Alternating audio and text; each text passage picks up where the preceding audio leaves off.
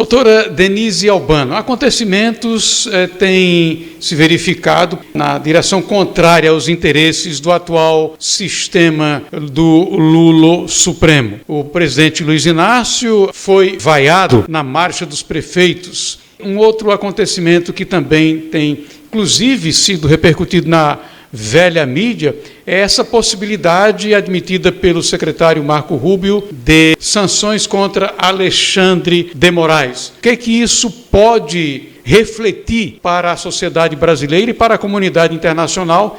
São dois episódios que aparentemente não têm maior relação, mas muito pelo contrário, guardam uma estreita relação.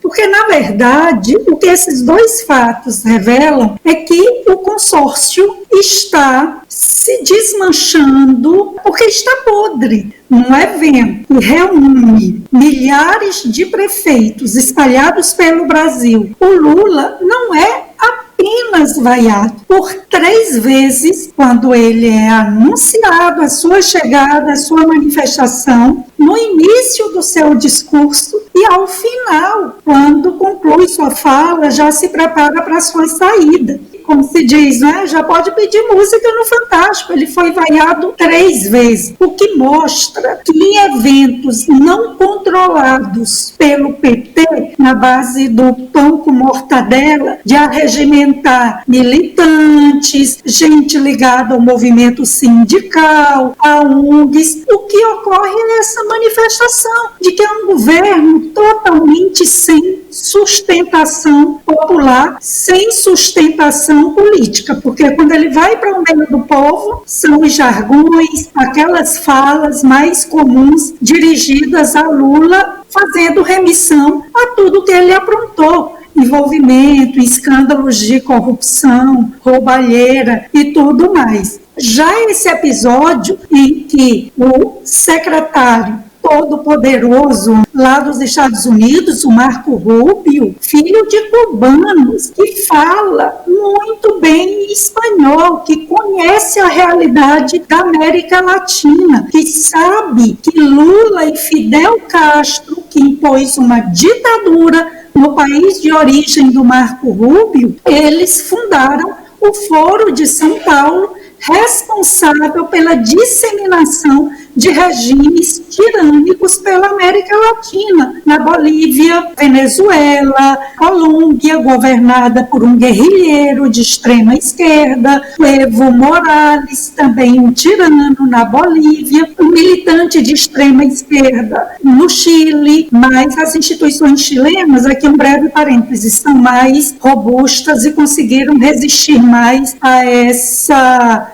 alçada ao poder de um militante de extrema esquerda, já que foi também precedido por uma governante socialista também ligada a Lula, ao Foro de São Paulo. Todos sabem que essa condição de instabilidade política, de perpetuação da pobreza, de escândalo de corrupção made in Brasil, exportado pelo PT para o Peru, Venezuela, países até da América Central, sabem, os Estados Unidos, em especial Marco Rubio, que tem as digitais do Lula. Isso é o consórcio Lulo Supremo está desmoronando. Antes, ministros, logo que o Trump assumiu, a imprensa divulgou amplamente que eles faziam piada com possíveis sanções que ocorreriam em relação a altas autoridades brasileiras, e agora eles disseram que vão aguardar uma declaração oficial dos Estados Unidos. Eles que sempre falam, opinam, dão pitaco sobre tudo. A atuação autoritária do Supremo foi exatamente para calar vozes, para perseguir políticos, ativistas de internet que denunciavam a volta do Lula à cena do crime. Que com o retorno do PT ao poder, o que teríamos era escândalos e mais escândalos de corrupção se sucedendo, o que teríamos era um Estado cada vez mais sendo saqueado, como estamos vendo. Escândalo envolvendo o INSS, já circula na mídia também escândalo envolvendo aí o FGTS. Temos, na semana passada, a repercussão do escândalo do Ministério do Wellington Dias, do coronel piauiense petista, envolvido em um escândalo em que 80% dos muitos milhões destinados à construção de cisternas, cerca de 80% do valor foi parar nas mãos de uma ONG comandada por 2 petistas. Sem falar no descalabro econômico, na gastança desenfreada, numa máquina administrativa enterrada. Prefeitos estão sobrecarregados diante de demandas da sua população por conta da grande crise de segurança pública, aumento de criminalidade em suas cidades, serviços precários na área da saúde, faltam insumos básicos, até insulina não é enviada para os postos de saúde, para os hospitais. Quando temos essa situação em que prefeitos, que geralmente são tanto quanto servis ao governante, ao presidente de ocasião, porque dependem, na sua maioria, de verbas federais, quando prevalece a vaia dirigida ao chefe do Executivo Federal, veja que é uma situação que já sinaliza que em 2026, quem estiver associado a Lula será visto como alguém comprometido com roubalheira, com emperramento da máquina administrativa, com corrupção, com roubo de aposentados, desvio de cisternas para a população que passa sede no Nordeste brasileiro, e eu creio que é isso. Volto a lembrar, o Lula é um cadáver político que ainda não foi sepultado porque tem a sustentação do Supremo. Mas vem aí a resposta dos Estados Unidos diante desse autoritarismo que graça no Brasil.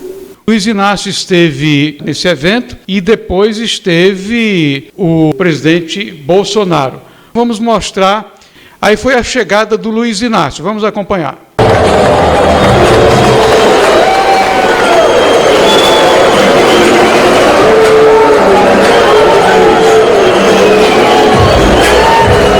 Eu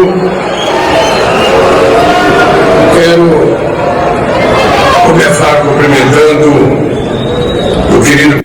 Ele teve que, inclusive, parar porque as vaias foram estrepitosas. Agora vamos também ouvir a chegada do Bolsonaro nesse mesmo evento.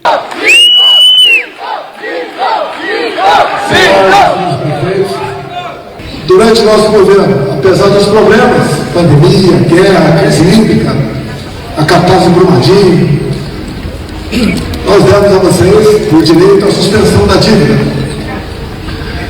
Damos um bônus do pré-sal, 5,3 bilhões. Repasse direto, 121 bilhões. Indireto, 79 bilhões. A PEC mínimo da educação, 1 ponto percentual no FPM.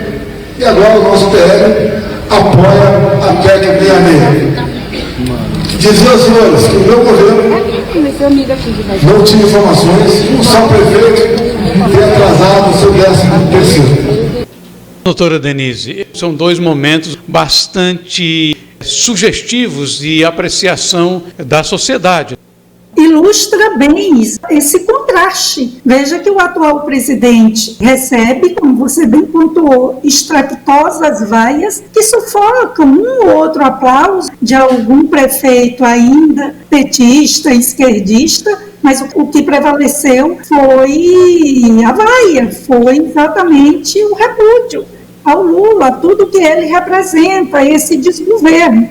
Já em relação ao Bolsonaro, veja aí a empolgação da plateia. E volto a lembrar, prefeitos que dependem de verbas federais.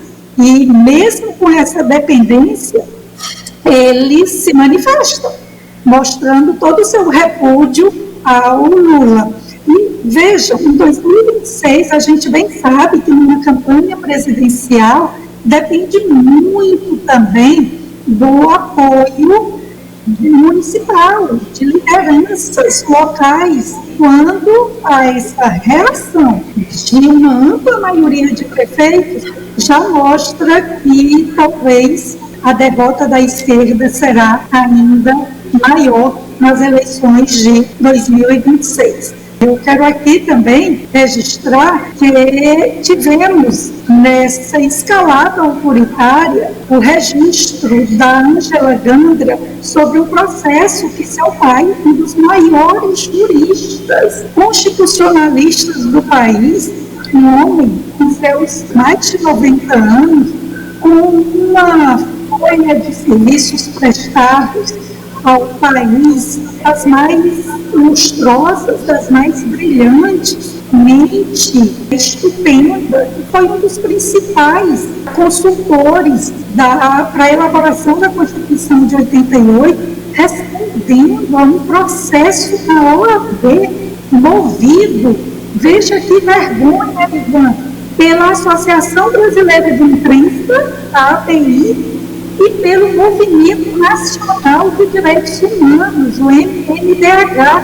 Tudo isso revela o quanto a esquerda aparelha as instituições, instrumentaliza as instituições, rebaixa totalmente essas instituições para caçar, para ir atrás de um cidadão brasileiro do porte, da elevação moral, intelectual, de um Ives Gandra Martins. É vergonhoso, mas eu faço aqui esse registro exatamente para chamar a atenção. O Brasil Decente está reagindo a esse consórcio do mal, mas que eu acredito que também começa a desmoronar. O Ciro Nogueira, ex-ministro do senador piauiense, ex-ministro do Bolsonaro. Da Casa Civil, né? Casa Civil. Exatamente. Que essa parceria vai se fortalecer. E eu faria também esse alerta. Qualquer político que continue segurando no braço e vá para 2026 ao lado do Lula, que arque com as consequências. Porque, de fato, o roubo dos aposentados, o roubo do FGTS, o roubo até de cisternas envolvendo água para a população nordestina que sofre com a seca. Tudo isso vai ser colocado também no colo desses políticos espalhados pelo Brasil que continuarem nesse barco furado que é o desgoverno Lula.